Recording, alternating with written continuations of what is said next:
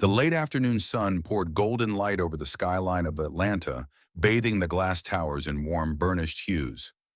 On the 41st floor of one such skyscraper, Chase Thornton stood at his office window, surveying the city like a king overlooking his dominion.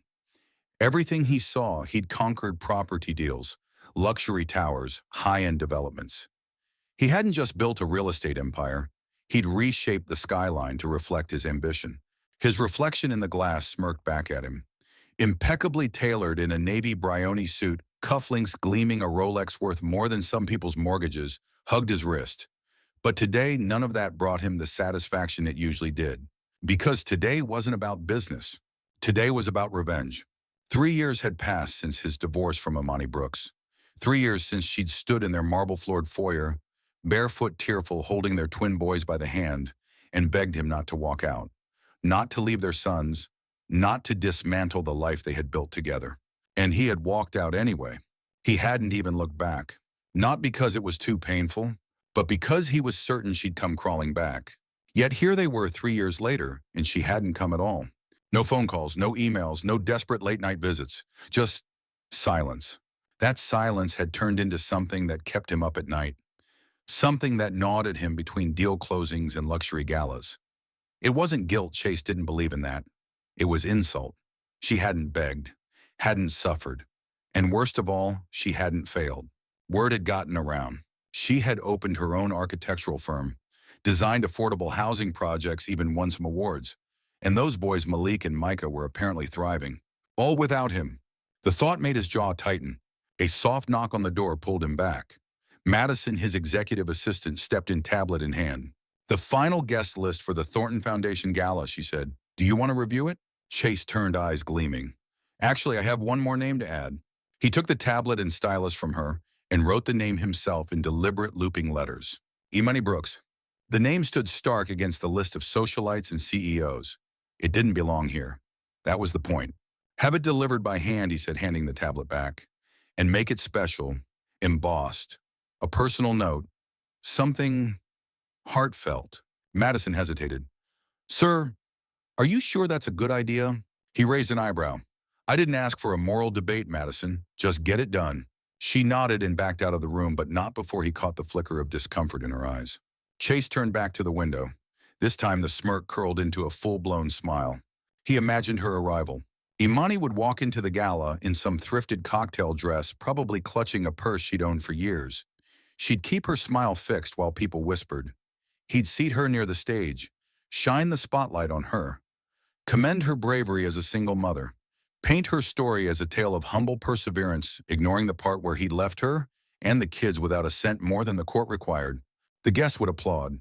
Charity cases always played well to wealthy donors, and she'd have no choice but to sit there and take it, because Imani was too proud to make a scene. She always had been. Across the city, in a restored brick warehouse tucked into the Arts District, the sun filtered through wide windows, casting amber light over drafting tables and design boards. At the far end, Imani Brooks leaned over a large-scale model of a mixed-use complex, her curls pulled back in a silk scarf, sleeves rolled to her elbows. She was marking window placements on a scale replica when Riley, her assistant, called out. "Boss Courier just dropped this for you. Said it was urgent." Imani wiped graphite from her fingers and turned, accepting the heavy envelope. She recognized the quality immediately: cream paper, gold trim. Her name was written in calligraphy, unmistakably elegant. Her stomach tightened. She already knew who it was from. She slit the envelope open with a metal ruler, careful not to bend the contents. "The Thornton Foundation cordially invites you to our annual charity gala." At the bottom, a handwritten note in Chase's precise script. "Hope you can make it, Imani. It would mean so much to see how you're doing these days. Chase Thornton." The paper slipped from her hands and floated to the floor like a fallen feather. The air in the room felt thinner suddenly. The past which she had worked so hard to bury came surging forward with merciless clarity. His voice. That house. The last fight. "You'll never amount to anything without me, Imani. You're a charity case with pretty blueprints. A fantasy. And when it falls apart, don't come crying to me. You're just a ghetto girl who got lucky." Her breath hitched. She gripped the edge of the drafting table to steady herself. The buzzing in her ears was loud until another voice broke through. "I brought lunch." Ethan's voice, gentle, firm, real. She didn't need to look up to know it was him. She recognized the cadence of his footsteps, the soft rustle of his sleeves when he carried takeout.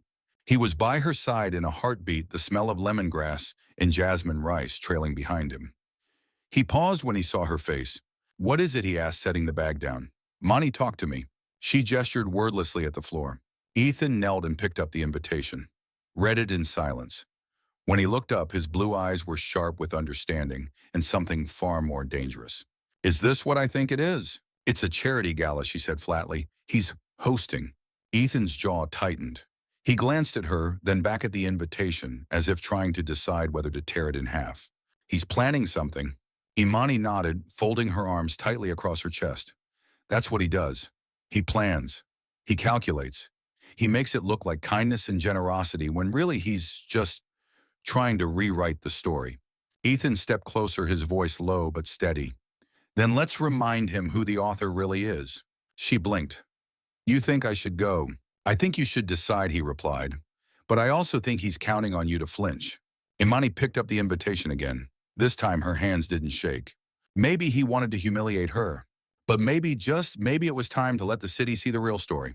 The woman who had raised 2 boys alone. The woman who had built something beautiful from ashes.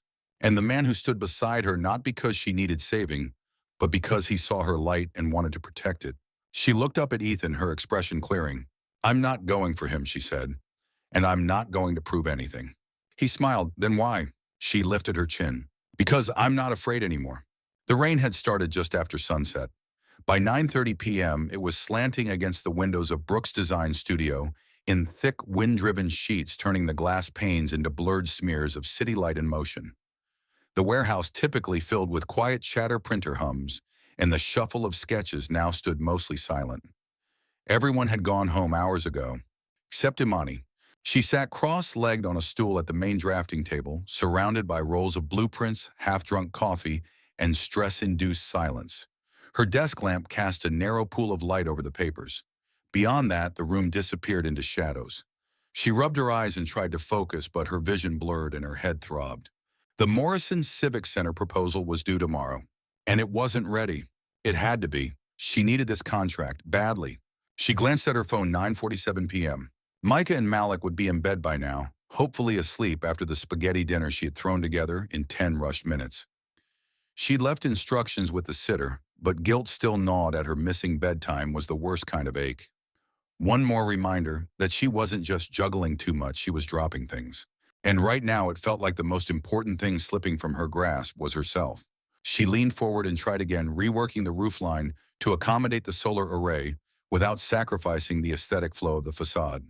The numbers worked. The design didn't. She erased and redrew the same lines 3 times before jamming the pencil down in frustration. Damn it.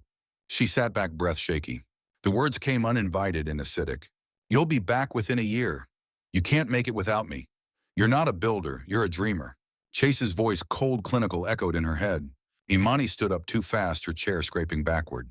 She paced the floor like she used to pace the hall of their old home, silent, urgent, trying to calm the storm inside. It didn't work then. It wasn't working now. Lightning cracked outside. The front door chimed. Startled, she turned toward it, narrowing her eyes through the glass panels. A man stood outside, soaked to the bone. His umbrella had clearly lost a battle with the wind. It lay twisted in his hand. His coat clung to his shoulders, rain dripping from his dark blonde hair, his polished shoes defeated by the puddles. Then he looked up and smiled. Imani let out a breath she hadn't realized she was holding. "Ethan." She moved quickly to the door, unlocking it and pulling it open against the wind. "What are you doing out in this mess?" she asked, stepping aside so he could enter.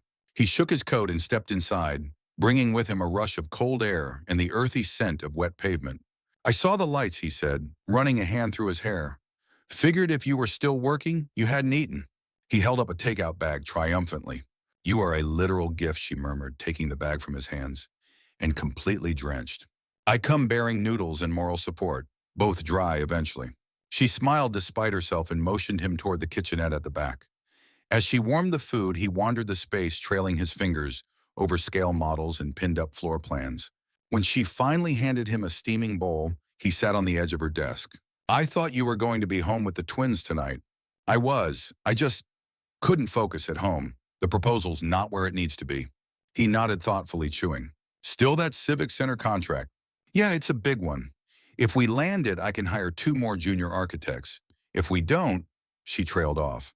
If you don't, he echoed gently, you keep doing what you've already been doing, working miracles. She didn't answer, just stared at her food like it held the answers she couldn't find in her work. Ethan set his bowl down and looked at her carefully.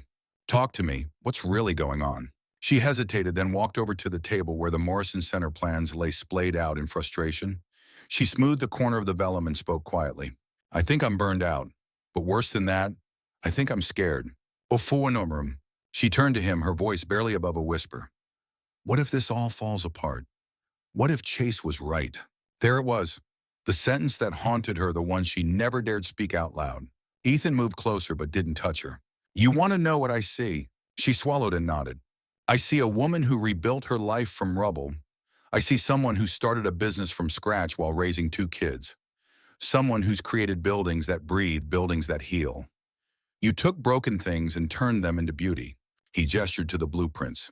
This isn't just architecture. It's testimony. A tight sob escaped her throat, surprising them both. He reached for her hand and held it gently. Do you know what you're allowed to be, Imani? She blinked at him through wet eyes. What? Human. Tired. Doubtful. Angry. You're allowed to sit here and not know if the roofline works. That doesn't make you a failure. That makes you honest. She looked at him, at the calm in his face, the depth in his voice, and something inside her began to ease. I wish I believed it all the time. Then believe me until you do. They stood in silence for a long moment, the hum of the rain softening in the background. Then Ethan picked up a marker and began sketching beside her. Let's find a way to fix that design, together. She looked at him, eyebrows raised. You know architecture now. No, but I know people. And I know what makes them feel seen. That's what you build, Imani, not buildings. You build belonging. A laugh escaped her, quiet but real. You have the cheesiest lines, and you love every one of them. She rolled her eyes. Tragically, yes. Together they bent over the plan's shoulders, brushing ink bleeding onto paper. And for the first time in days, Imani felt the knot inside her loosen. Not because the storm had passed, but because someone had chosen to stand beside her in the rain. The following morning arrived in quiet shades of gray, the storm from the night before reduced to a whisper of drizzle against the windows of Brooks' design studio. Sunlight filtered in weakly through the cloudy sky, reflecting off the polished concrete floors and catching the dust motes still floating from the early rush of movement. Imani sat at her desk, hair pulled up, fingers dancing across her laptop keyboard as she finalized the renderings Ethan had helped her rework the night before. And they were good, better than good. For the first time in weeks, the design felt right. The lines flowed, the structure, balance, function, and soul. The roofline was now both practical and inspired, the light corridors aligned with the building's purpose. It wasn't just a civic center anymore. It was a space that invited warmth, connection, and life. Imani closed her eyes and let out a long breath. Relief. Then the bell above the front door chimed. She glanced at the time, 8:07 a.m., early. Too early for clients. Probably Riley or someone from the team. But when she looked up, Ethan stood in the entryway, a takeout tray in one hand, a brown paper bag in the other. He wore a soft wool coat scarf slung carelessly around his neck, hair still slightly tousled, like he'd stepped out of bed and directly into the world. Tell me you haven't had breakfast, he said, lifting the tray. I haven't, she admitted, smiling. You brought peace offerings. I brought coffee and croissants. Same thing. He crossed the room and set everything down on the drafting table like he'd done it 100 times. Imani raised an eyebrow. You do realize most billionaires don't make breakfast deliveries. He shrugged. Most billionaires don't spend their nights helping someone rework blueprints either. She handed him a mug. You're not most people. Ethan accepted it with a smirk. That's true, but don't give me too much credit. The coffee is from a place around the corner. I just knew you'd forget to eat. They sat across from each other in the glow of quiet gratitude, sipping coffee, the air filled with the buttery scent of pastries and rain-drenched concrete. It was the kind of morning that might have felt ordinary if not for the way he looked at her, like she was a wonder worth slowing time for. Imani set her cup down. You really believe in me, don't you? He didn't even blink, without hesitation. Even though you know how hard this has been, how messy, how uncertain. Especially because of that. She studied him for a long moment. The way he didn't flinch from her questions. The way his gaze never faltered. Most men she'd met either tried to fix her or fled the moment she showed a crack. But Ethan, he stayed. He saw the cracks and traced them gently like veins in marble, proof of strength, not weakness. So she said, changing the subject, "Tell me why you know so much about architecture." "I don't," he replied with a grin. "But I know people, and I know what spaces do to people. My company has a few campus designs in progress, clean energy innovation hubs. I studied up. I wanted to understand the kind of work you do before I came to you for a commission." She raised a brow. "Is that why you showed up in my office soaking wet one night?" "Well, no, that was just bad umbrella karma." They laughed, then a beat passed quiet but full. Ethan's expression softened. "The truth is, I'd been following your work for months. Ever since the Riverside housing project opened, it changed the way I thought about urban design." Imani blinked surprised. "Most people don't care about how design feels. They care about price per square foot." "And that's the problem," Ethan replied. "Your buildings don't just function, they nurture. They give people permission to exist fully, to feel seen. That's rare."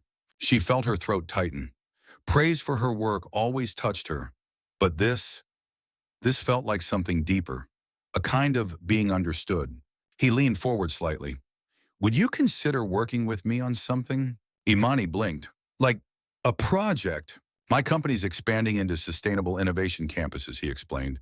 "Tech, green energy, socially responsible infrastructure. But I want these places to feel like they belong to the communities they serve, not glass fortresses with buzzwords." Her heart skipped. "You want that from me?" "I want what only you can create," he said. "I don't need someone to build a monument. I need someone to build a future." She tried to answer, but the words caught in her throat. He stood, then walked over to a table where one of her models sat, an urban library she'd been sketching on weekends just for fun. He picked it up gently, examining the details. "You've created so many places where people can breathe," he said. "I want you to help me build more of those." Imani stepped closer. "That's a lot of trust to place in someone." Ethan looked at her, blue eyes steady. "You earned it." They spent the next 3 weeks in a rhythm that felt effortless, collaborating, meeting, revising plans over coffee, and long calls that often strayed from design into dreams and memories. Ethan shared pieces of his life, his late mother, who'd raised him after his father's passing, the nights he spent in public libraries as a kid because they felt safer than home, the mentors who told him he could build something better. Imani in turn told him about Malik's love of puzzles, Micah's gift for mimicry, the nights she sat in her cold apartment with tears in her eyes and a hand on each boy's back, whispering promises she wasn't sure she could keep. Ethan never looked away. The night the Morrison Center bid was accepted, they shared champagne and Thai food on her office floor, laughing over candlelight and blueprints. He looked at her, then really looked and said, "You know I'm falling in love with you, right?" She froze. Not from fear, but from the realization that somewhere along the line she'd been falling too. She didn't respond that night, not in words. But when she reached across the floor and laid her head on his shoulder, he understood. And when he kissed her 3 days later, soft, reverent, almost like a question she answered with everything she had. It wasn't the beginning of a romance. It was the start of something sacred. A partnership. A love grounded not in rescue, but in recognition. He didn't complete her. He simply saw her. And for the first time in years, she let herself be seen. It was a Saturday afternoon in late spring, and the Brooks household smelled like cinnamon rolls and wood glue. Imani stood barefoot in the kitchen, wiping flour off her cheek as she pulled a tray from the oven.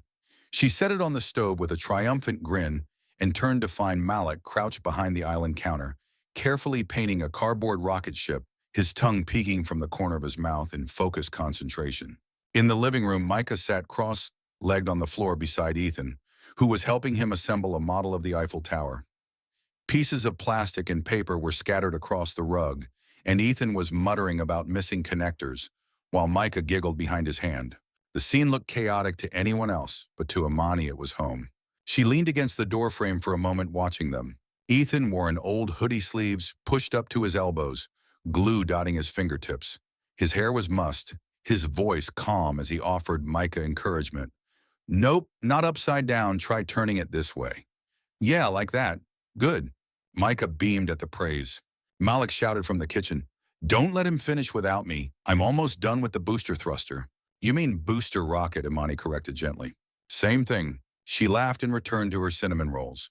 In the months since she and Ethan had begun working together, first on projects, then on heart matters, their rhythm had become surprisingly easy. Ethan didn't just show up when convenient. He showed up when it mattered. School recitals, dentist appointments, pancake Saturdays. He never needed applause. He simply belonged. Imani had once been terrified that no man could love her children the way she did, that any future relationship would come with the burden of compromise, of dividing love, of balancing attention. But Ethan never saw Malik and Micah as an obligation. He saw them as his. That shift didn't happen overnight. It began with small things. A Band-Aid applied with care when Malik scraped his knee. Listening, really listening, when Micah tried to explain the rules of a board game he invented. Bringing 2 surprise bikes home one Friday evening, saying only, "They've earned these." You should have seen their math test scores. He wasn't trying to replace anyone. He was just being present. One night while the twins slept, Imani and Ethan sat curled on the porch swing, sharing a blanket and a bottle of wine. The air buzzed with spring crickets and the soft hum of distant traffic. She rested her head against his shoulder. "They love you," she whispered. Ethan didn't speak at first. "Then I love them back." "You say that so easily." "Because it is easy," he said. "They're good boys. You raise them to be kind and curious. That's not accidental." Imani turned to look at him. "Do you ever feel like this is too much them, the weight of it all?" He took her hand and laced their fingers together. "I don't feel the weight. I feel the honor." She didn't know what to say to that, so she kissed him. "So are you." A month later, they went camping for the first time as a family. It wasn't anything fancy, just a weekend at a state park with rented gear and borrowed marshmallow sticks. The tent nearly collapsed in the wind, and Micah dropped his only pair of dry socks into a creek. Malik tried to build a fire with damp twigs, and Ethan accidentally cooked eggs on a pan that hadn't been cleaned from the night before. It was messy and perfect. That night, with the boys tucked into sleeping bags, the fire crackling low, Ethan pulled Imani aside and led her down to the edge of the lake. The moon reflected off the water in broken silver. He took a deep breath and reached into his jacket. "I didn't plan to do this now," he said. I thought I'd wait for something more grand. A proper restaurant, a view, maybe even a string quartet." Imani arched an eyebrow. "You hate string quartets." "I do," he admitted. "But I was willing to suffer for the symbolism." She laughed. Then he got serious. "I've loved you for a long time now. And not just you, the family you've built, the boys, the home, the way you hold everything together without making it look like it costs you everything. I see it. I see you." He held out a small velvet box and opened it to reveal a ring, simple, elegant, with a rose gold band and a marquise-cut diamond that shimmered like a promise. "I don't want to complete you, Imani. I just want to walk beside you. Every morning, every meltdown, every holiday art project that turns the kitchen into a disaster zone. I want all of it. Will you marry me?" Her breath caught, not because she was surprised, but because she knew deep in her bones that this was what she had been waiting for. Not someone to rescue her, but someone who saw her and chose her, not despite her past, not ignoring it, but because of the strength it took to live through it. She smiled, tears brimming in her eyes. "Ask the boys first," she said softly. Ethan blinked. "Wait, what?" "You heard me. I love you. That's not in question. But this marriage isn't just mine. It's theirs too. They get a say." Ethan looked stunned for a moment. Then he laughed full and free. "Okay, fair." The next morning, over soggy cereal and hot cocoa, Ethan got down on one knee again, this time in front of Malik and Micah, who watched him with wide eyes. "I have a question for you both," he said. The boys exchanged a glance. "I asked your mom if she'd marry me," Ethan continued. "She said she'd only say yes if you were okay with it too." Micah squinted. "Does that mean you'll be our real dad?" Ethan didn't flinch. "No one will ever replace your father. That's not what this is about. But I'd like to be your forever dad. The one who helps with homework, goes to your games, shows up always. I want to be that, if you'll have me." Malik looked at Micah. Micah looked at Malik. Then they grinned. "Only if we get to have chocolate pancakes at least once a week," Malik said. "And no more weird math puzzles at bedtime," Micah added. Ethan mock gasped. "That's harsh." But he reached out his pinky fingers, one for each boy. "Deal. Deal." They hooked their pinkies with his. And just like that, a family was sealed. Not by blood, but by choice. By love that didn't demand perfection, only presence, only promise. And that was more than enough. The apartment was unusually quiet that night. Imani sat on the sofa, barefoot, curled into a wool throw blanket. Outside, the Atlanta skyline blinked in soft rhythm like a slow, tired heartbeat. On the coffee table, the twins' art projects were stacked neatly beside a half-empty glass of wine. Malik's cardboard city leaned slightly supported by a juice box. Micah's abstract clay dinosaur sat proudly beside it. The stillness in the room should have been comforting. It wasn't. In the kitchen, Ethan was rinsing dishes from dinner sleeves, rolled up humming some familiar tune under his breath. The sound had always grounded her. Tonight it pressed against her like static. Something was off, and she could feel it settling between them like smoke. She stared at the envelope on the end table. Unopened. Marked private and confidential in crisp font. She knew what was inside. She just hadn't been ready to read it. Ethan entered the living room, drying his hands on a towel. He saw her expression and paused. "You got it," he said quietly. She nodded. He walked over and sat beside her, close but not touching. "You haven't read it." "I'm not sure I want to." Ethan gave her space. He always did. Never pushed, never prodded, just waited. Finally, she picked up the envelope and broke the seal. Inside was a report, an audit of sorts. A financial summary with her name at the top and Ethan's name at the bottom as guarantor. It detailed contributions to her firm's early growth. 2 contracts that she'd believed were awarded on merit had in part been facilitated by Ethan through third-party advocacy. He hadn't bribed anyone, there was no wrongdoing, but he'd made calls, used his influence, shifted deals in her favor without telling her. Imani stared at the page. Her hand trembled. "You did this?" she asked, barely above a whisper. Ethan's jaw tightened. "Yes." Her eyes didn't leave the paper. "Why didn't you tell me?" "I thought you needed space to fly," he said slowly. "I didn't want you to think I was trying to rescue you. I only wanted to open the gate." She set the paper down, her voice sharp. "But that wasn't your choice to make." "I know." She stood, wrapping the blanket tighter around herself as if bracing against cold. "Do you know how hard I worked to believe I could do this on my own? Every step I took, every hour I spent away from the boys, every pitch I rehearsed in the mirror thinking it was me they were listening to." "It was you," Ethan said, rising. "I didn't win those contracts for you, Imani. I didn't design a single thing. You did the work. All of it. But you shaped the opportunity," she replied, turning to him, eyes wet with unshed anger. "And you didn't trust me enough to tell me." Silence. She crossed her arms, taking a shaky breath. "Do you have any idea how much of my life has been people trying to control the story for me? Chase did it when he made me feel like a failure in my own home. My father did it when he walked away. And now you." She didn't finish the sentence. Ethan's shoulders slumped. "I wasn't trying to control anything, I swear. I was trying to protect you. I thought, if you succeeded even with a little nudge, it would be enough." "Enough for who?" she asked. "You, me, the boys." She walked to the window and stared out. The street below was still damp from rain headlights reflecting off the pavement like broken glass. Ethan took a tentative step forward. "Tell me what you need right now." She turned back, voice steady despite the crack in her chest. "I need to know you believe in me. Not as someone to help, not as someone to build. Just me." "I do," he said instantly. "More than anyone I've ever known." "Then why didn't you act like it?" The silence that followed wasn't angry, it was exhausted. Ethan looked away, voice low.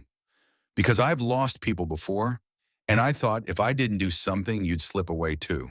Imani felt the words hit, not as an excuse, but as a confession. He wasn't perfect. Neither was she. And maybe that was the point. They weren't building a fantasy. They were building real. She sank onto the armrest, suddenly overwhelmed. "You should have told me." "I know," he said. "I don't need perfect. I just need honesty." Ethan knelt in front of her, his eyes full of something raw. "Then let me be honest now," he said. "I did what I did because I love you. Because I believe in you so much it scared me. Because I thought helping you succeed was the best thing I could do." He reached for her hand. "But I see now that what you really needed was someone who trusted that you already had everything it takes." Imani stared at him, the storm inside her finally stilling. She nodded slowly.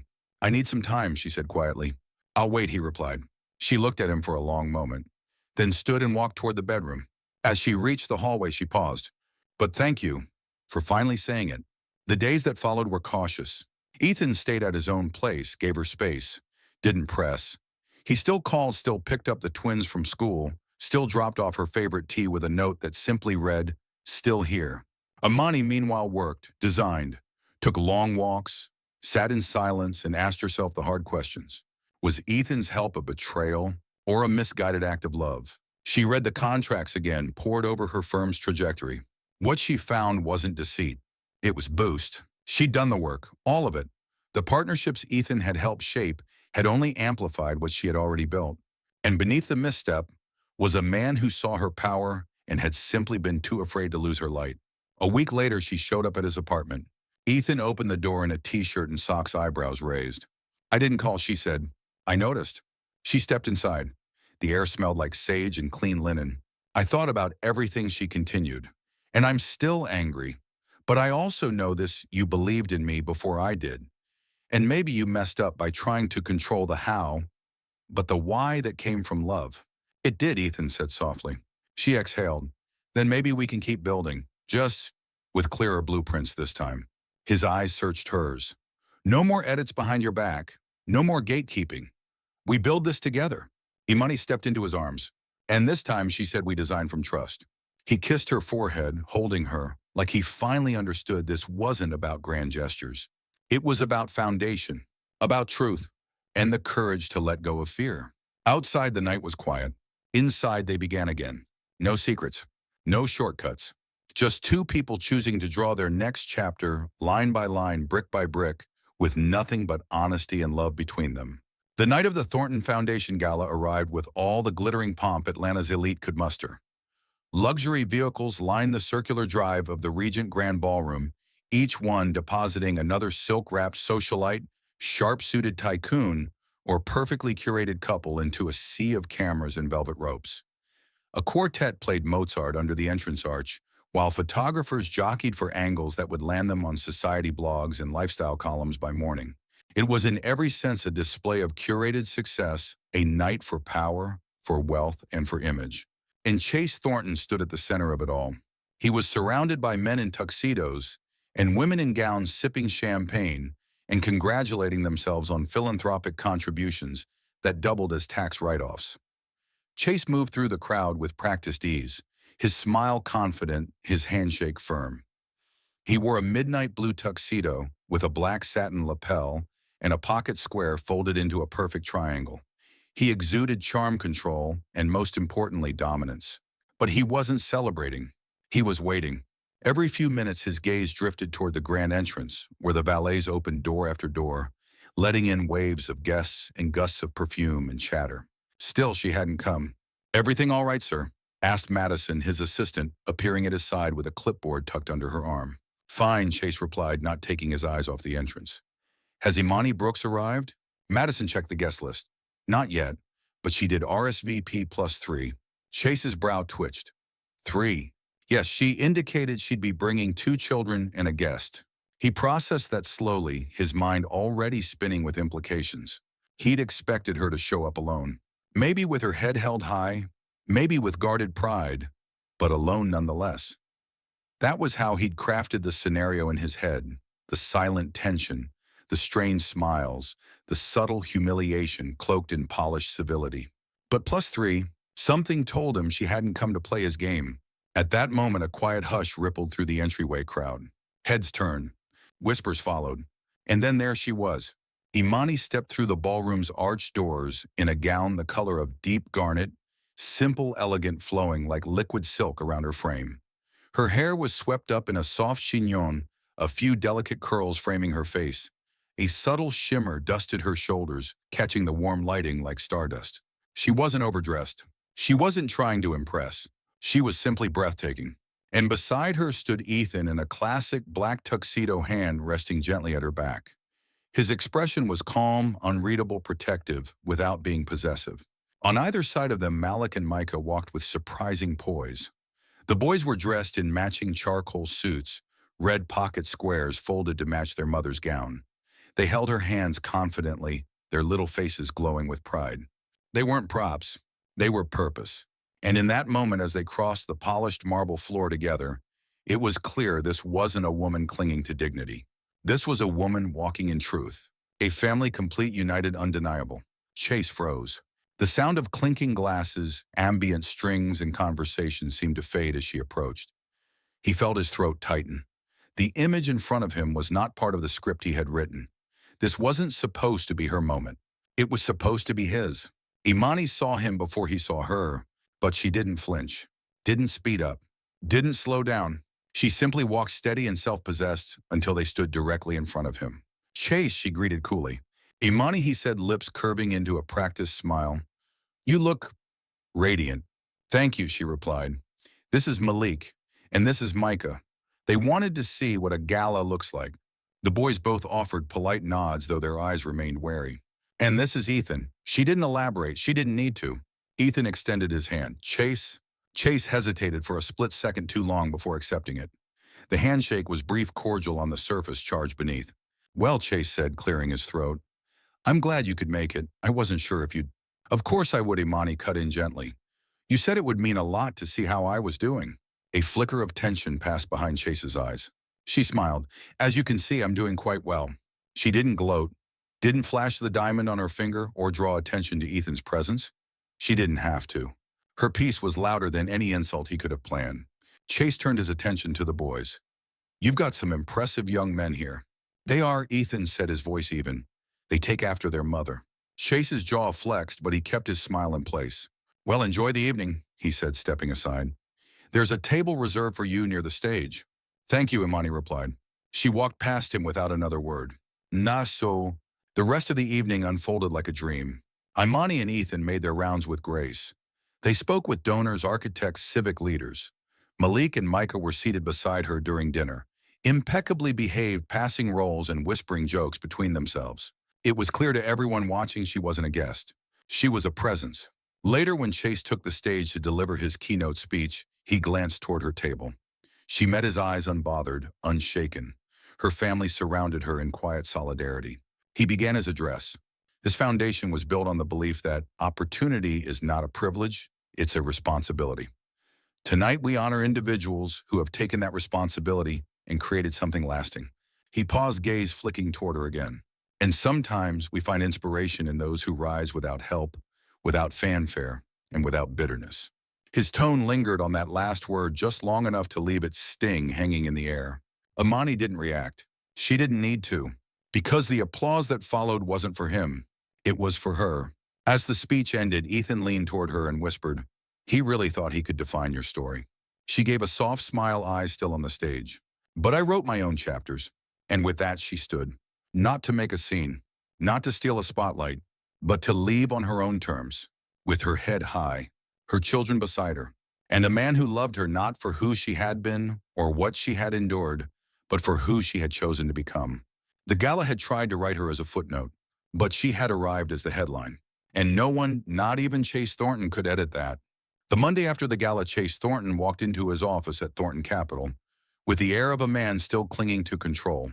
His assistant Madison followed briskly behind him, arms full of newspapers, magazines, and a stack of manila envelopes. Your press packet from the weekend, she said, placing the documents on his desk with a practiced smile.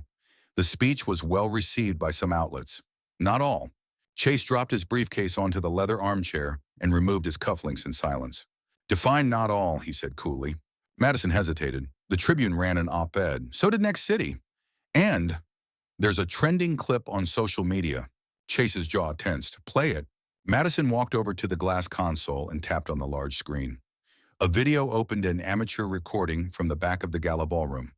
It had been uploaded by a freelance journalist who'd attended on a press pass. The title read, He tried to subtly humiliate her, but she owned the room. The video played. Chase's speech began as he had practiced it, voice calm, authoritative, the room quiet as he described his foundation's mission and the importance of overcoming adversity. Then came the line, sometimes we find inspiration in those who rise without help, without fanfare, and without bitterness. There was a pause just long enough for the camera to catch a close-up of Imani Brooks sitting at table 7, a soft smile on her lips, her hand gently resting on her son's shoulder. Ethan sat beside her, his expression unreadable. The applause afterward was polite until it wasn't, because then another clip rolled, filmed just minutes later, of Imani walking out of the gala with her family, heads held high, while a few guests murmured and nodded in acknowledgement. The camera zoomed in one last time on Chase's face as he stepped down from the podium, smiling but tight-lipped, eyes flickering to the exit. The comments under the video were brutal. This man clearly thought he was giving a mic drop moment. She didn't even blink. Note to self, never try to use a woman's past as your power move when she's already rewritten the ending. He said no bitterness while being bitter himself. That's rich. The video had 2.3 million views. And counting. Chase crossed his arms and stared at the screen in silence. Madison cleared her throat. Your PR firm recommends issuing a follow-up statement, something neutral, maybe highlight the foundation's work instead of personal narratives. Chase said nothing. And she continued carefully, you should probably know. Imani was interviewed by Atlanta Voice this morning. It's not published yet, but their editor requested a comment from you. He waved her off. Draft something. Say we're proud of the community leaders we partner with. Blah, blah, blah. Madison nodded. Of course. But inside, Chase burned. He had spent years constructing his reputation, disciplined visionary, the man who did the hard things. He had endured his divorce with polished silence, refrained from public comments, and told himself that Imani would eventually come to regret leaving. But she hadn't just survived. She'd thrived. And now she was everywhere. Photos of the gala flooded fashion blogs, architecture magazines, and parenting forums alike. Everyone wanted to talk about the woman who walked back into the lion's den and left with her head held high. She hadn't said a single harsh word. She hadn't needed to. Her presence had been the rebuttal. Her family, the final line of the paragraph. Chase slammed the folder closed and stood. Cancel my afternoon meetings. I'm going to Brooks Design. Madison blinked. Is that wise? He didn't answer. The message number no one to none.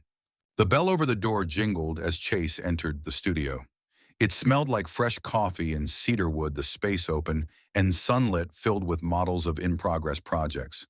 Blueprints lined the walls, pinned in a gallery-like display.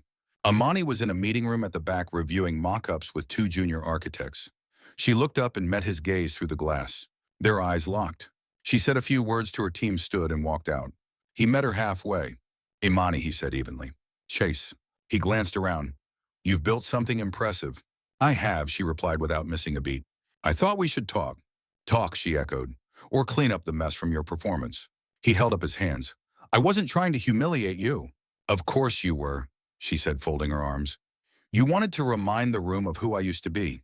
You built your speech like a mirror and hoped I'd see someone broken. Chase frowned. You walked out like a queen. That wasn't the point. No, she said. The point was that you still don't get it. You think my strength is some kind of revenge?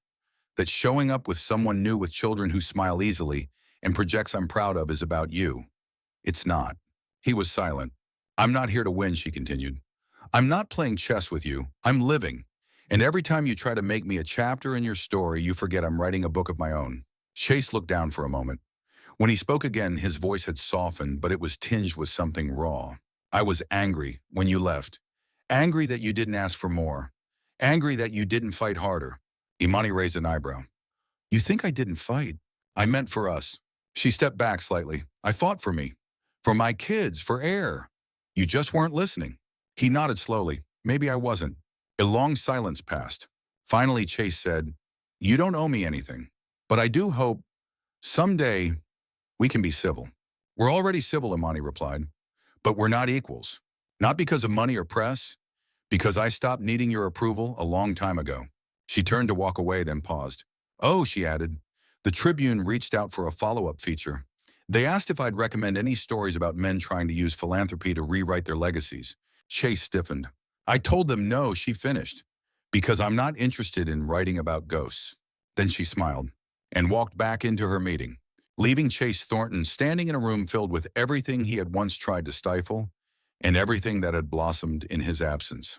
Not rage, not revenge, but resilience. The kind that doesn't need to shout. The kind that simply builds. It was the kind of Saturday morning that seemed pulled from a dream. Sunlight pooled across the hardwood floors, birds chirped from the windowsill, and the scent of lemon pancakes filled the air. Micah was the first to speak as the family sat around the kitchen table, syrup dripping from his fork. Mom, he asked between bites, why don't we talk to Mr. Chase anymore? The question landed like a drop plate, sudden, unexpected, and loud in its implications. Imani froze, spatula in hand, mid-reach toward the pan.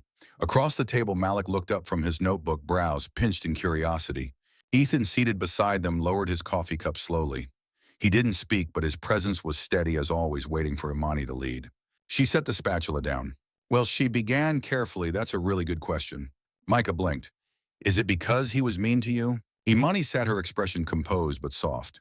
It's because Mr. Chase and I had different ideas about what it means to love and to respect a family. Malik chimed in, but he was nice to us. I mean, mostly. He got us that train set one year. Yes, he did, Imani said gently. And sometimes people can do kind things and still not treat others the right way all the time. That's what makes things complicated.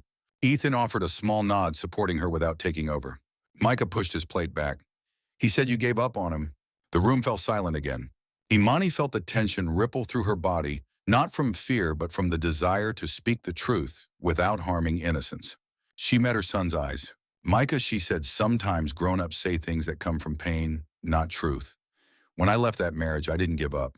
I chose peace. I chose you, and Malik, and me. I chose a life where we could all breathe again. Micah's lip wobbled just a little. Did you cry? She reached across the table and took his hand.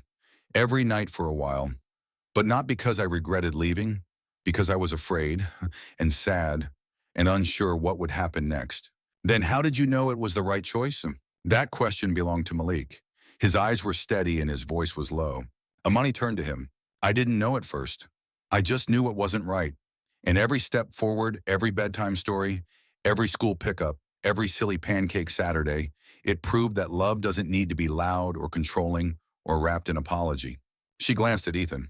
Sometimes real love just shows up, quietly, over and over again. The boys were quiet for a long moment. Then Micah asked the question she hadn't expected. Do we have to love Mr. Chase? Imani blinked. No, she said after a beat. You don't have to love anyone just because they were once part of our story, but you're allowed to feel whatever you feel. It's not wrong to remember good things even if the whole story wasn't good. Malik leaned forward. I think I was always confused, like I was supposed to be two people. One version of me when we were with Mr. Chase and a different version now.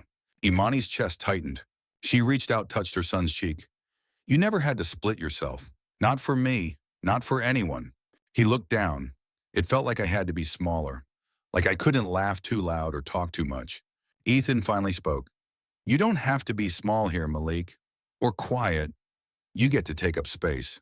Micah nodded solemnly as if understanding something deeper than his years. I like who we are now, he said. I like it when Mom laughs loud, and when we make popcorn on the floor, and when Ethan does his terrible accents. Hey, Ethan objected playfully. My Scottish accent is passable at best. Imani smiled. Her boys had always been wise beyond their years, but hearing them speak now with clarity, with honesty, felt like witnessing something sacred. A new generation refusing to carry the unspoken. Breaking cycles by simply asking. She stood and moved around the table, pulling them both into her arms. You two are brave, she whispered. Braver than I ever was at your age. Malik mumbled into her shoulder. You're brave too. You left when it was hard. Micah added, you picked us. She closed her eyes, holding them tighter. Later that afternoon, they went for a walk at Piedmont Park. The boys ran ahead, racing between the trees, while Imani and Ethan strolled behind them, hands entwined. I wasn't sure how to explain all of that, she said.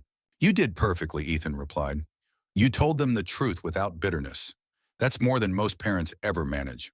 She looked up at him. Do you ever worry they'll carry the weight of our past? Ethan considered that. Only if we pretend those pasts didn't happen. But what you're doing, letting them name their feelings, speak truth, that's how you free them. Imani exhaled. I just want them to grow up knowing they never have to shrink to be loved. They already know, Ethan said. They learned it from watching you. They watched the boys tumble onto the grass, laughing, and breathless sunlight warming their cheeks. Imani leaned against him. I'm scared sometimes. So am I. But it feels different now, like we're not carrying it alone. Ethan smiled and kissed the side of her head. That's because we're not. Silly bornanom, to name one. That evening, as they returned home and the boys were tucking themselves into bed, Malik stopped her in the hallway. Mom. Yeah, baby. Can I tell you something? Always. He hesitated. When I get older and someone doesn't treat me right, I think I'll remember what you did. Imani knelt to his level, her eyes misting over. I hope you never have to make hard choices like I did, she said. But if you do, just know this, you're allowed to walk away. You're allowed to protect your peace. You are worthy of being loved exactly as you are. Malik nodded. I know, you taught me that.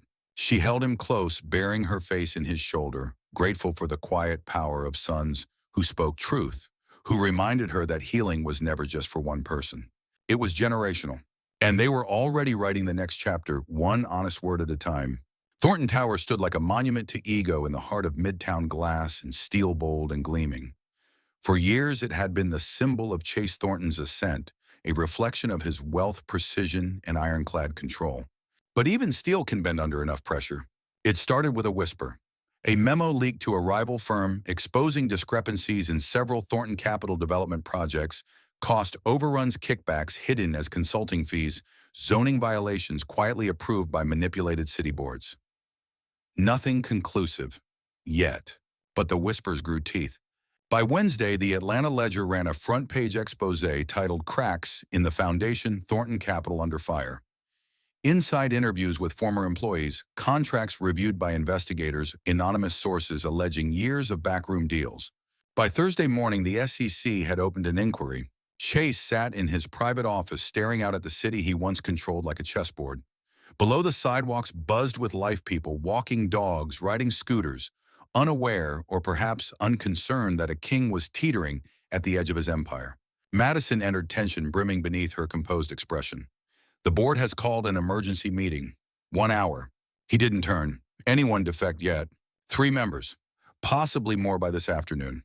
He clenched his jaw. Cowards. Madison hesitated. They're saying if you don't step aside voluntarily, they'll force a vote. Finally, Chase turned his eyes sharp but not surprised. Draft a statement. I'll address the board myself and get our legal team on the line. Yes, sir. As she exited, he sat back in the leather chair, the same chair from which he had fired architects, silenced journalists, and closed billion-dollar deals with a phone call. Now it felt too large and too late. 3 2 days later, the headlines read, Thornton resigns amid scandal. The fall of Atlanta's favorite son. Pundits dissected his collapse with glee.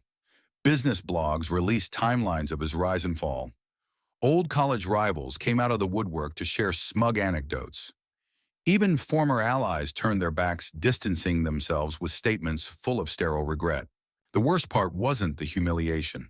It was the silence. The phone didn't ring. No calls of support. No texts. No dinners with allies offering private toasts and whispered reassurance. Chase Thornton had spent years being feared, respected, obeyed. But when the throne cracked, no one came running. He was alone. The following week, he walked into a cafe in Inman Park wearing jeans and a hoodie. No driver, no press shadowing his steps. He ordered a black coffee, sat in the corner booth, and waited. Imani arrived 5 minutes later, dressed in slacks and a blouse, hair pinned loosely, eyes calm and unreadable. She slid into the booth across from him. I wasn't sure you'd come, Chase said, voice rough. I wasn't sure you'd ask. I didn't ask for pity. You didn't get it, she replied. Silence lingered between them. Then she spoke again. I heard about the board. He nodded once, clean sweep. They'll rebuild without you.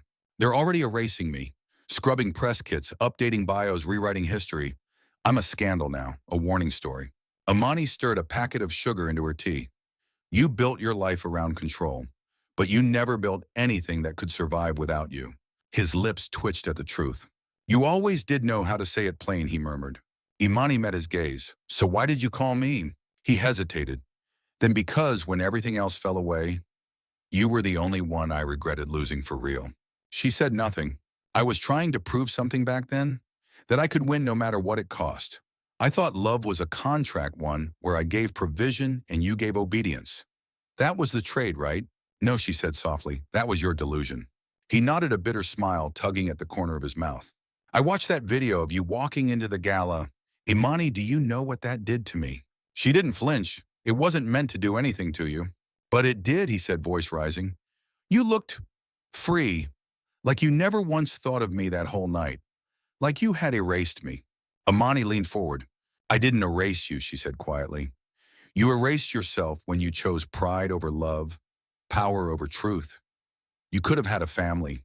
You had the pieces. You just never learned how to build. That landed like a slap. Chase didn't speak for a long time. Then he whispered, the boys, they won't remember me. They remember everything she said. But what they choose to carry, that's up to them. He swallowed hard. Would you tell them someday that I was more than what they saw? No, she said, because they saw enough and they speak truth now. I won't unteach that. He nodded slowly. It was the final nail in a way. not delivered with cruelty but clarity. He took a long sip of his coffee. You were always more than I deserved. She stood slipping her purse over her shoulder. I didn't need to be deserved. I needed to be chosen. Every day, in quiet ways. And Ethan, he understood that. Chase looked up, a flicker of something behind his eyes, envy perhaps, or just the echo of opportunity squandered. Imani offered one last word before leaving. I hope you find something that humbles you into wholeness. Not status, not headlines, just peace. Then she walked away. No drama, no second glances. Just a queen exiting a ruin she never asked to rule. That night, Chase returned to his penthouse bare. Now his belongings boxed by assistants, his name removed from half the properties he once claimed. He stood at the window, the city glittering beneath him, but none of it belonged to him anymore. No deals to chase, no empire to defend. Just a man, alone, watching the world he tried to control move on without him. The king had collapsed, and no one mourned the fall. The museum atrium glowed under a cascade of amber lights, its glass ceiling reflecting the early dusk like a bowl of stars. Below, guests gathered in murmuring clusters, sipping wine and admiring the newly unveiled exhibit. Designing Legacy, Architecture of the Heart. The installation was part of a rotating showcase on community-focused design, and tonight Brooks' design was the centerpiece. But Imani hadn't come for fanfare. She stood near the edge of the crowd, arms crossed gently, taking in the scale model of the Hightower Youth Center, her firm's latest project. Nearby, Malik and Micah flitted between stations, with mock blueprints in hand, challenging each other to build a city before bedtime. Ethan arrived moments later, having slipped through a side door after finishing a last-minute call with city planners. He didn't need to announce his presence. Imani felt it, the subtle charge in the air that always accompanied him. Calm, grounded, undeniable. He walked up and kissed her on the cheek, a hand resting naturally on her lower back. Did they get to the blueprint battle yet? He asked. Micah's already trying to redesign Midtown, she replied. I told him to start with a better bus stop. Ethan laughed. That's my boy. As they walked together toward the interactive exhibit, the noise around them faded just for a moment. Imani looked up and saw a banner hanging high above the central hall. Legacy is not what you leave behind. It's what you build with others. She didn't know who had written that line, but tonight it felt personal. Later, as guests moved toward the stage for speeches and acknowledgments, Imani stayed back with Ethan. She had never been one for ceremonies. Let the others toast her name. Let the papers write their praise. She was more interested in the things people didn't see, the late-night edits, the client meetings with community organizers, the way her sons learned the value of a good foundation both in buildings and in character. And maybe somewhere along the way, she'd also learned that real power wasn't in being known. It was in being rooted. Ethan shifted beside her, then cleared his throat. I've been thinking, he said, reaching into his jacket pocket. She turned, eyebrows raised. That usually means trouble, she teased. But he didn't smile. Instead, he knelt. Not just lowered his voice or leaned in, but knelt there in the middle of the gallery in front of architects and donors and photographers. A hush fell almost instantly, rippling through the atrium like a dropped pebble in a glassy pond. Imani, he began, voice steady. I never wanted to make your life louder. I only ever wanted to make it clearer. You've built this, your firm, your family, your freedom, and through it all, you've let me walk beside you. He opened the velvet box. Inside, a ring unlike any other. No oversized diamond, no blinding sparkle. Just a single emerald cut into a soft rectangle set in brushed gold, elegant and strong. Will you marry me, he asked. Not so I can give you anything, but so I can build with you, every day, without needing to rescue or be rescued. Imani didn't speak for a beat, because her throat caught. Not from surprise, but from understanding. This wasn't a proposal for her hand. It was a declaration of partnership. She knelt too, right there beside him. Not to return the gesture, but to meet it. Level, grounded, eye to eye. Yes, she whispered. A quiet gasp moved through the room, followed by applause. But neither of them heard it. They were still kneeling, foreheads pressed together, breath shared between two people who had already chosen each other long before the ring. Later that night, they stood in the museum garden, away from the crowd, the city humming softly in the distance. You know, Ethan said, wrapping his arms around her waist. I didn't plan to do that tonight. Oh, Imani smiled against his chest. I was going to wait. Maybe take you out to the lake, something more private. She looked up at him, eyes warm. It was perfect. I didn't want the spectacle. I wanted the substance. You gave me both, she said. But the thing I love most, you asked in front of the world. but it still felt like it was just for us. He kissed her then slow, certain and full of the kind of intention that builds futures. People keep asking me, she murmured, if this is my redemption arc. What do you tell them? I tell them I was never lost. I was just reclaiming my name. Ethan held her tighter, and now I'm writing the parts no one expected. She glanced down at the ring. The world sees this and thinks it's the prize. But the real win, it was choosing me years ago. When it was hard, when it was messy, when no one clapped. Ethan smiled. That's when it matters most. They stood in silence as a warm breeze passed between them, rustling the hedges and catching the edges of her wrap. Back inside the museum, someone was giving a speech in her honor. Glasses clinked. Cameras flashed. But out here in the quiet where real choices are made, Imani Brooks had already accepted the only proposal that mattered. To build a life not for show but for real, together, with no scripts, no spectacles, just blueprints drawn from truth, and love laid brick by brick. The house on Willowridge Lane had always been a sore point, a shadowy monument to the life Imani had once tried to salvage and eventually walked away from. It sat at the end of a curved cul-de-sac, modern yet cold, with its expansive windows, marble floors, and a front porch that had never quite felt like home. It was the place where promises had been broken quietly over years, where silence often screamed louder than words, and where the kitchen had seen more tension than laughter. After the divorce, Chase had kept it. Imani hadn't fought for the property. She hadn't wanted to. She took the boys her dignity and her work ethic, and she never looked back. Until now, nearly 2 years had passed since she'd last driven past the iron gates. But here she was again standing on the same driveway, where she'd once begged for compromise and heard none in return. Except this time, the house no longer belonged to Chase. After the scandal foreclosure hit swiftly, legal fees, frozen accounts, unpaid debts, Thornton Capital's collapse had gutted his assets.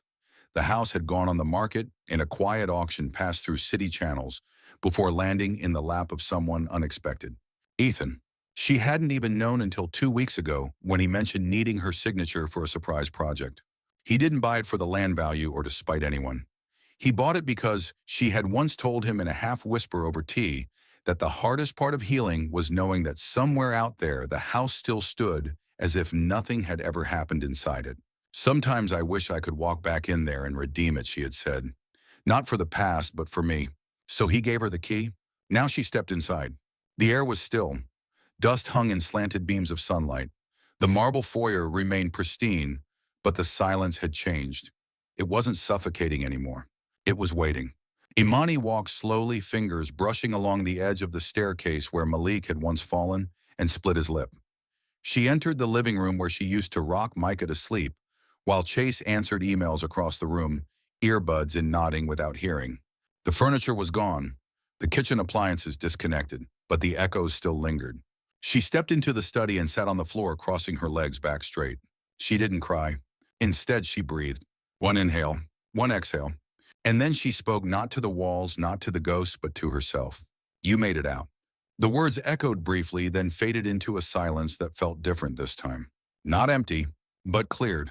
She stood and opened every window in the house. Room by room, she unlatched frames and pushed panes outward. Wind rushed in, tugging at the curtains, carrying out memories that had clung to corners like cobwebs.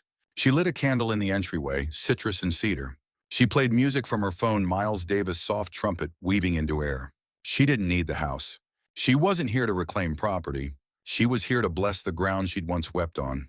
To walk the same halls with steadier feet. To let her son see that we do not run from our past, we rewrite its place in our story. A week later, Imani returned with Malik and Micah. They held her hands as they stepped through the front door, unsure what to expect. Is this where we used to live? Malik asked cautiously. Yes, she said. But now it's where we decide what it means. Micah's eyes scanned the empty rooms. Are we moving here? No, she smiled. We're not, but we're reclaiming it. Just for us. Together, they made it an art project. They brought in blank canvases and paints. Micah set up in the old dining room, drawing superheroes with long capes flying through stormy skies. Malik painted a tree in the sunroom, its roots deep, its leaves aflame with color.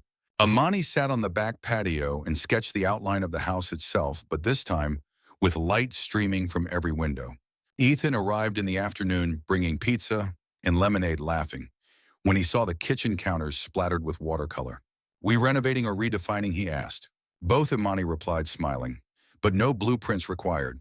That evening, they gathered in the living room with candles lit on the floor. Malik read a poem he'd written for school. Micah showed off his comic strip. Ethan played soft chords on a borrowed guitar. And Imani, she sat back watching, absorbing. She remembered the nights when these rooms had echoed with absence. And now they rang with presence. Joy unmanufactured. Peace unforced. Love unafraid. Before leaving, she took one last walk through the house alone. In the master bedroom, she stood by the window where she used to trace stars with tired eyes. This time she looked up and whispered, "I don't live here anymore, but I exist here, fully, without apology." She didn't need to burn the house down. She'd already risen from it. On the way home, Micah leaned against her shoulder in the car and murmured, "I like it better as an art place." "Me too," she said, kissing the top of his head. Malik added it didn't feel heavy anymore. "That's what happens when we tell the truth in a place where we used to hide."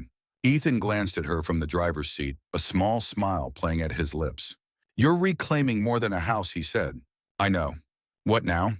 She took his hand and twined their fingers. "Now we build the next thing." The gallery buzzed with a quiet reverence. It wasn't the kind of opening that demanded press or red carpets.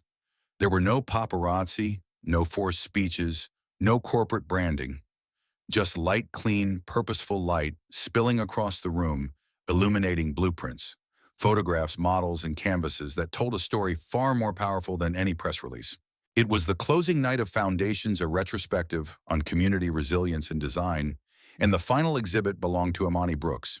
Not because she'd asked for it, but because others insisted. Her work had become more than architecture. It was language. It was legacy. The room was arranged chronologically, but unconventionally so.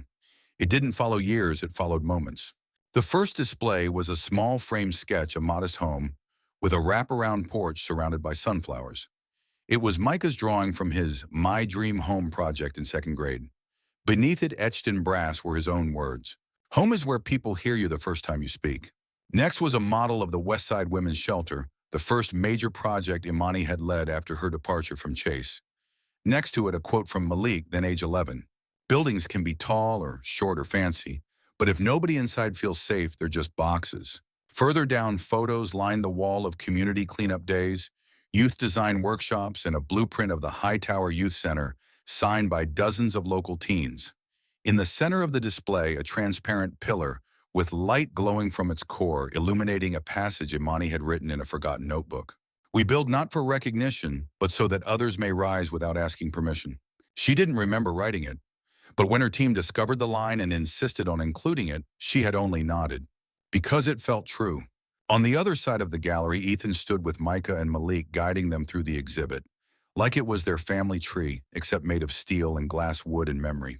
"Mom really did all this?" Micah asked, eyes wide. "No," Ethan said, placing a hand on his shoulder. "She built it with others. She didn't just design buildings, she made space. And that's harder than it sounds." Malik read a placard beside the reclaimed Willeridge House model, where the word repurposed replaced abandoned. "She turned something painful into something useful," he murmured. "Into something beautiful," Ethan added. They continued to walk, and across the gallery, Imani watched them, quietly, hand resting against the pocket of her dress, where the ring sat heavy and soft, a constant presence without needing to shine.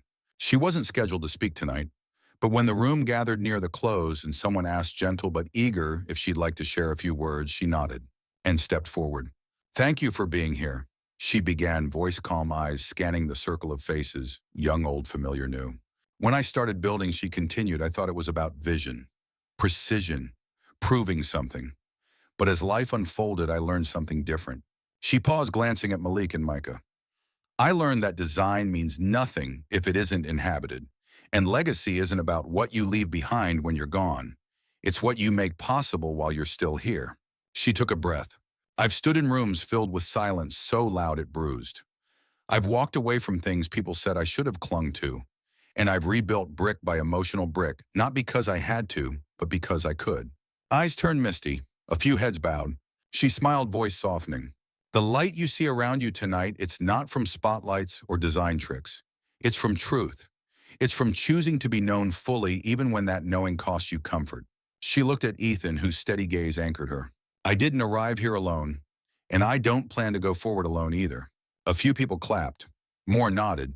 But if there's one thing I hope you take from this room, she concluded, it's this: you don't have to burn down your past to step into your future.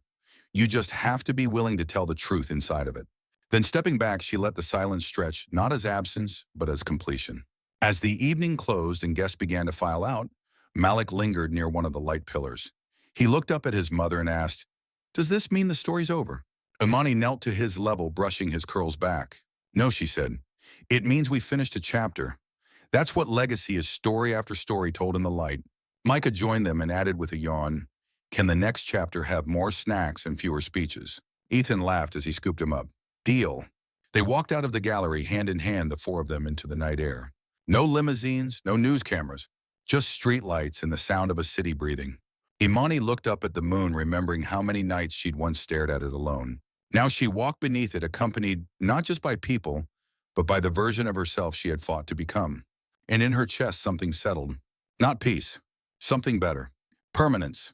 A legacy written not in marble or money, but in courage and forgiveness and in light.